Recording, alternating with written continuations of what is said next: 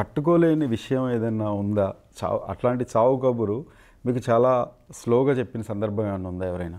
మా నాన్నగారు పోయిన విషయం చెప్పారు. మా నాన్నగారు, నేను ఏదో తమిళ్ షూట్లో ఉన్నాను అప్పుడు, ఇంకా తెలుగు ఇంకా నేను ఎంటర్ అవ్వలేదు. తమిళ్ షూట్లో ఎక్కడో అవుట్డోర్లో ఉన్నాను.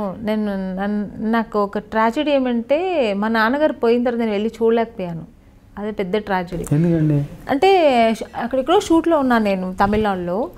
సో అప్పట్లో మీకు ఇంకా మొబైల్స్ రాలేదు, ఓన్లీ ఫోన్స్. వాళ్ళు ఏం చేశారంటే, మా బ్రదర్ వెళ్ళిపోయాడు. వాడు ఇన్ఫామ్ చేశాడు, నాన్నగారు చాలా సీరియస్ కండిషన్లో ఉన్నాను, ఆల్మోస్ట్ అయిపోయింది అప్పటికి. ఇన్ఫామ్ చేస్తే నేను షూట్లో ఉన్నాను. ఆ రోజు క్లైమాక్స్, నెక్స్ట్ డే ఒక షూట్ ఉంది.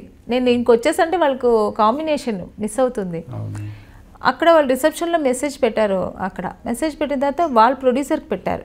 ప్రొడ్యూసర్ అండ్ డైరెక్టర్ ఎవరికో పెడితే నాకు ఇన్ఫామ్ చేయలేదు. చెప్తే వెళ్ళిపోతారు, మనకి ఇక్కడ చాలా ప్రాబ్లం మిస్ అవుతుందని. ఇంకా పాపం వాళ్ళు యాక్చువల్ చెప్పాలి, వాళ్ళు చెప్పలే నాకు. డాడీ ఇలా మీ డాడీ గారు ఏదో సీరియస్ అంటండి, ఇలా ఫోన్ మెసేజ్ వచ్చిందని మాత్రం చెప్పారు. నాకు ఆల్రెడీ నాన్నగారు కొంచెం సిక్లో ఉన్నారు కదా. సరే నిజంగానే ఏమో సీరియస్ ఏమో సార్ నేను అప్పటికే బయలుదేరాలి లేదు తగ్గిస్తూ మెల్లగా చెప్పారు.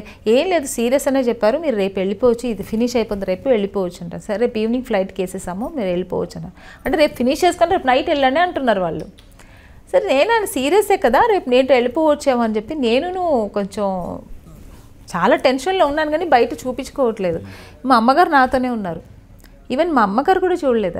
అదే ఒక పెద్ద ప్రాబ్లం అయింది. ఎందుకంటే నాన్నగారు షుగర్ కదా, చాలాసేపు కూడా 2 days పైన ఎలా పెట్టుకుంటారు చెప్పండి. అప్పటికే 1 day అయిపోయింది.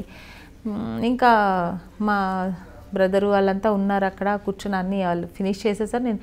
నేను వెళ్ళేప్పటికి, ఈవినింగ్ ఫ్లైట్కి వెళ్ళేప్పటికి, బెంగళూరుకి వెళ్ళేప్పటికి అంతా ఫినిష్ అయిపోయింది. అందుకే నేను వెళ్ళేప్పటికి ఎప్పుడు 8, 9, 10 అయిపోయింది నైట్. వాళ్ళు ఈవినింగ్ 6కి అంతా ఫినిష్ చేసేసారు. ఇది ఈవినింగ్ 6 దాకా చూసారంట. ఇంకా దాని తర్వాత 2 days అయిపోయింది. నాకు చాలా కోపం వచ్చింది ఆ ప్రొడ్యూసర్ మీద. ఏం మాట్లాడతాం చెప్పండి, తెలిసి కూడా అలా చేయడం చాలా తప్పు కదా. బట్ నేను ఎవరిని ఇక్కడ ఏమి, ఎందుకంటే ఆ టైంలో నేను ఎవరిని ఇక్కడ సరే నాకు అంతే రాసి పెట్టింది అనుకున్నాను అంతే. ఇంకా అక్కడి నుంచి నెక్స్ట్ డే మళ్ళీ నేను చెన్నైకి వచ్చేసి, ఆ 2 days తర్వాత చెన్నైకి వచ్చేప్పటికి జంబలకి పంబ సినిమా నాకు దొరికింది. అప్పుడు చాలా నాన్నగారు ఫేస్ కూడా చూడలేను, ఒక చాలా టెన్షన్లో చాలా ట్రాజెడీ దుఃఖంతో ఏడుస్తూ కూర్చుంటే ఆ టైంలో వచ్చింది. ఎవరైనా అంతే కదా.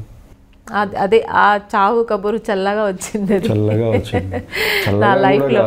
చల్లగా చాలా హైట్ చేస్తూ చెప్పారు.